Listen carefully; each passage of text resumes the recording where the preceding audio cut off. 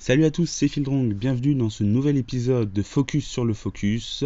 Cette semaine, on va s'occuper de Corboss, mais juste avant, un tout petit retour sur Junko. J'ai eu des très bons retours sur le Focus de la semaine dernière et je vous en remercie vraiment, ça fait chaud au cœur parce que j'ai mis un peu de boulot dans cette vidéo et je sais que même si je débute, je progresse et ça fait toujours plaisir d'avoir ce genre de réaction. Et concernant le set, PC Roche a eu beaucoup de succès dans la communauté, avec pas mal de monde me disant mais c'est fou, je suis plus rapide que Flambuzard, qui vient se placer sur moi et je le défonce, etc. etc.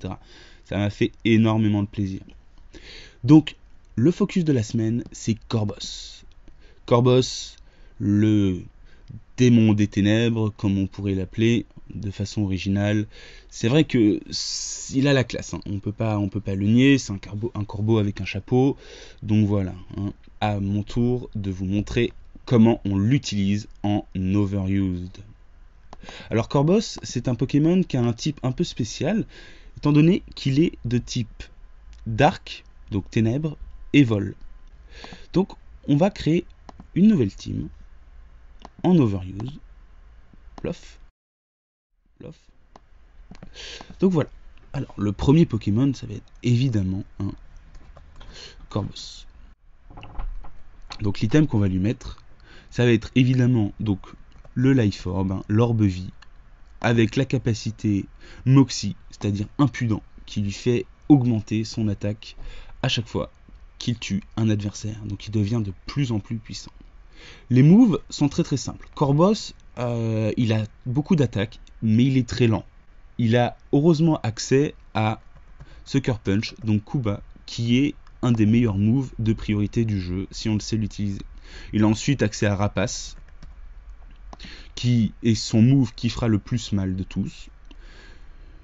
Et là, ensuite, c'est ce qu'on veut. Donc moi, je lui mets Poursuite, parce que les gens, en fait, ils s'attendent à Kuba. Donc du coup, ils vont avoir tendance à vouloir se tirer pour ramener un contre, et là, on les cueille avec Poursuite et on leur fait très mal. En dernier slot, je mets Atterrissage parce qu'il perd beaucoup de points de vie en spammant ses habilités à cause de Life Orb et en plus la faiblesse au piège de roc. Donc c'est toujours bien d'avoir Rousse, de toute manière il n'a pas vraiment d'autres besoins.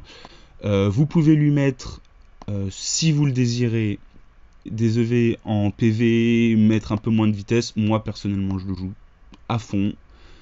Full vitesse, full attaque, avec la nature qui augmente l'attaque, on fait très mal et on est plus rapide que la plupart des Pokémon défensifs. Donc, une fois qu'on a ce Pokémon, avec quoi on peut le mettre? Donc, je sais pas si vous avez remarqué, mais un des Pokémon les plus populaires du metagame, et oui, c'est Aegislash. Faites le calcul vous-même, il est super efficace avec ce Pokémon. Il résiste les pièges de roc, il résiste la roche. Corboss est insensible et résistant à Shadow Ball. Il est résistant, enfin insensible même, à séisme, etc., etc., etc. Et en plus, c'est un Pokémon qui est excellent. Que demande le peuple, hein? Donc je vais jouer un set très classique. Je vais pas m'embêter avec Lame Sainte, Ombre Portée, Balombre et évidemment le très relou Bouclier Royal avec full PV, très classique, parce que du coup il a énormément de bulk, et full attaque spéciale, avec une nature donc silencieuse, enfin discrète je suppose, un peu en attaque ça coûte rien, et n'oubliez jamais 0 en vitesse. Pourquoi? Parce que si vous êtes contre un autre Aegislash, il faut que vous tapiez en dernier. Pourquoi? Parce que sous forme bouclier, vous êtes beaucoup plus résistant, donc vous pouvez prendre une Balombre et l'autre se sera mis en forme attaque, donc il sera tué et vous survivrez. Et le cas contraire dans le cas contraire. Donc voilà, maintenant qu'on a Aegislash, il nous faut un autre Pokémon offensif. Et bon, il va pas forcément bien avec, mais moi j'ai mis Greninja.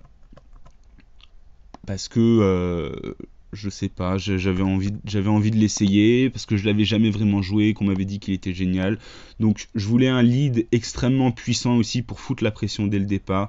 Donc j'ai pris Greninja avec hydrocanon, laser glace, Dark Pulse, excusez-moi, encore une fois, j'apprends les noms français petit à petit. Et moi, je préfère U-turn, donc demi-tour, ce qui va me faire le jouer avec toute son attaque spéciale et toute sa vitesse. Évidemment, on le joue hasty pour ne pas lui diminuer en fait sa statistique de vitesse, pour faire plus mal sur les demi-tours. Et d'ailleurs, on lui met un tout petit peu d'attaque avec ça. J'ai décidé de jouer Mamoswine. Pourquoi? On le voit jamais. Il est de type sol et il est offensif. C'est un attaquant physique parmi les plus méchants du jeu. Et il a accès à une super priorité. Que demande le peuple? En plus, avec la popularité de tous les Landorus et les Tundurus, c'est quand même toujours un bon point. Donc on le met avec Isogresse, ce qui fait qu'il a très très peu de faiblesse. Et puis on va lui mettre un très classique Ice Shard, Icicle Crash, Séisme évidemment. Et en dernier, moi qu'est-ce que j'ai envie de mettre? Je vais lui mettre Sabotage, parce qu'il a accès à Sabotage, donc pourquoi pas. C'est un move qui est tellement efficace et tellement populaire que bon hein, les sets, voilà hein, c'est vraiment encore une fois, voilà, je le joue joli. Donc là maintenant je vais jouer mes deux Pokémon défensifs, parce que moi j'aime bien mettre un peu de défensif. Donc moi je vais jouer Heatran encore une fois, parce que en fait je voulais jouer Mega Florizarre, comme vous allez le voir par la suite, et que Heatran va très très bien avec Mega Florizarre. Donc je joue Heatran. En plus il fallait un poseur de pièges de roc, donc les pièges de roc hein. Mais cette fois on va le jouer, contrairement à la dernière fois, on va le jouer très défensif. Donc on va le jouer avec Lavaplume. Protect, parce que c'est un des rares Pokémon qui profite très très bien des restes et qui peut utiliser ce move sans trop de choses à côté. Et enfin Hurlement hein, parce que pourquoi pas. Et c'est très très chiant. Il est souvent très très chiant à tuer ce Pokémon. Parfois il est complètement inutile. C'est pour ça que je l'utilise pas souvent. Il peut être super super puissant une partie, et puis la partie suivante il se fait one shot parce qu'on a mal prédit et tout, parce qu'il est quand même assez sensible à pas mal de trucs populaires, hein, notamment Keldeo. Donc maintenant on n'a plus qu'à jouer, donc évidemment un Florizarre, voilà, avec la Florizardite. Chlorophylle, pourquoi Chlorophylle? Parce que comme ça on peut arriver sur un Dracofeu Y et être plus rapide que lui et lui infliger 50% de sa vie avec donc Sludge Bomb. Ça c'est toujours un truc qui est bon à prendre. Vampigraine. Et en dernier, Synthèse évidemment. Voilà. Donc là on va le jouer le set défensif de base. Donc il me semble que c'est 240 en def. Pop. 16 en vitesse pour être plus rapide que Rotom sans investissement. Et maximum PV et évidemment la nature bold. Et voilà, on a notre team. Et puis on va faire le match. Je vous donne rendez-vous tout de suite. Donc voilà, je suis de retour après quelques matchs. Et puis là, j'ai eu un match qui me semblait vraiment intéressant. Parce que comme vous pouvez le constater, je joue contre une Sand Team. Donc c'est très très rare de nos jours. Parce que vous savez que les tours donc, de tempête de sable sont revenus à 5 contre une tempête de sable permanente. D'ailleurs, c'est pour ça que Escadrille n'est plus en beurre, et bien un très très bon overused. Hein. Donc voilà, qu'est-ce qu'on voit dans cette team? Je vois que le seul obstacle vraiment au sweep de mon core boss, c'est Tyrannosif. Donc du coup, il va falloir que je m'en débarrasse de toutes les manières possibles. Parce que moi, ce que je veux, c'est un sweep de core boss. Et puis voilà, on veut bourriner et on est parti. Alors, je lead avec Green Ninja, hein, c'est tout à fait normal. Comme j'ai dit tout à l'heure, c'est un lead. Et puis, vous allez voir l'avantage. Hein, U-turn, vous regardez, ça fait très très mal, un demi-tour. Parce que j'ai pas mis la nature qui diminue l'attaque. Donc c'est toujours quelque chose de bon à prendre. Donc là, je vais balancer mon Heatran parce que je veux les rocks. de toute manière. Et souvent les titars, je pensais moi, hein, souvent ils peuvent setup. Parce que là j'étais en bas du ladder parce que c'était pour le challenge qu'on a organisé sur Pokémon Trash. Donc du coup je me suis dit je veux pas qu'il setup, moi j'ai hurlement. Puis là je vois qu'il setup pas, donc bon il méga évolue pas, il a les restes, donc je pose les roches. Et là, comme je vous ai dit, c'est pas forcément très intelligent, hein, mais c'est juste que moi mon but c'est d'avoir le Titart mort, qui peut plus m'empêcher de sweep avec Corboss. Donc du coup, je vais essayer de le brûler. Et puis si j'arrive à le brûler, et ben ça va l'affaiblir tellement qu'à la fin, bah, il sera, euh, il sera trop affaibli pour prendre les attaques même de Corboss, alors qu'il résiste et le vol et les ténèbres. Donc là j'ai vachement de chance, parce que vous regardez, il continue super power. Du coup il se retrouve à très très peu de défense et brûlé. Donc là, je me dis, allez, on y va. On balance directement le petit Corboss, et puis on va y aller avec Rapace.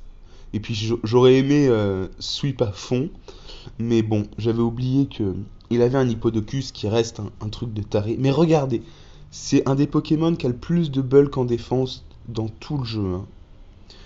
Presque 100, je connais pas exactement, mais facile, 100, je crois que c'est 112 en PV, 118 en def ou un truc comme ça. Ou 108, enfin, il a des grosses défenses. Et je lui inflige sans boost 50% de sa vie. Donc là, je me dis, il va faire hurlement. Mais finalement, non. Ah oui, c'est ça. Si, excusez-moi. Donc voilà, je lui ai infligé des dégâts. Puis là, j'ai mon Snort qui arrive. Donc le Mamochon. Donc c'est pareil, hein. J'ai pas besoin de prédire trop difficilement.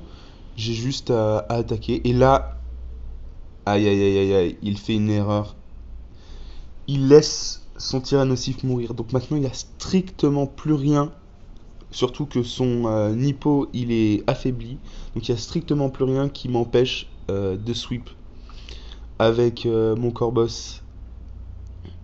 Donc là il balance son escadrille qui est sous la tempête de sable. Donc c'est pour ça qu'il était tellement puissant dans Slam. Donc là il se dit ouais c'est bon et tout. Mais non. Parce que je sais qu'il va faire Earthquake. Donc moi j'ai juste à balancer mon type vol. Et là on est prêt. Parce qu'il va pas vouloir gâcher son boost, hein. Donc, coup bas, bam, il meurt. Le crit n'a pas eu d'importance étant donné qu'il ne résiste plus le coup bas grâce au gros boost du type ténèbres. Et là vous allez voir un truc quand même assez fou, hein. Vous êtes d'accord, Cisaiox il a quand même pas mal de bulk, il résiste. Et voilà ce que peut faire un Corboss. C'est pour ça que ce truc est complètement abusé quand vous le placez. Il faut le placer. Il n'est pas facile à placer. Il a pas très, pas beaucoup de points de vie, pas beaucoup de vitesse. Mais quand vous le voyez, voilà ce qui se passe. Et là, je lui ai fait un trou de 3 Pokémon. C'est dommage, j'aurais bien voulu continuer, mais plus assez de points de vie. Mais maintenant c'est fini parce que j'ai juste à placer mon Mamochon et à spammer les attaques de glace parce qu'il lui reste que ça. Et puis voilà, il balance son dernier qui est le Karchakroc et je fais Ice Shard. D'ailleurs, j'ai été très surpris. Regardez quand même le fait que Mega Karchakroc peut prendre un Ice Shard de Life Orb Mamochon. Donc vous imaginez, dans certains cas, c'est pas mal à savoir ça. Moi, je ne savais pas personnellement. Donc voilà, Earthquake, mais bon, hein. Mais les 3 Pokémon qui me restent peuvent gérer, donc j'ai décidé d'y aller avec Exagide. Un petit ombre portée, et puis c'est comme ça qu'on a montré les dégâts que pouvait faire un Corboss, hein. Je vous rappelle quand même, Sucker Punch à +1 qui se fait un 6 heures full life. Lui, il avait sûrement dit ouais, je vais faire Bullet Punch, je vais faire la priorité et tout. Et non, c'est trop de confiance. Il est resté sur son escadrille en pensant qu'il pourrait prendre le coup. Bah non, il pouvait pas et il s'est fait proprement annihiler par un Corboss. Donc voilà, c'est tout pour aujourd'hui. J'espère que ça vous a plu. Comme d'habitude, laissez-moi dans les commentaires ce que vous voulez que je modifie. J'ai essayé aujourd'hui, comme vous avez pu le remarquer, de plus détailler pour le team building. Donc j'espère que ça vous a plu. Et je vous dis à bientôt. Tchuss!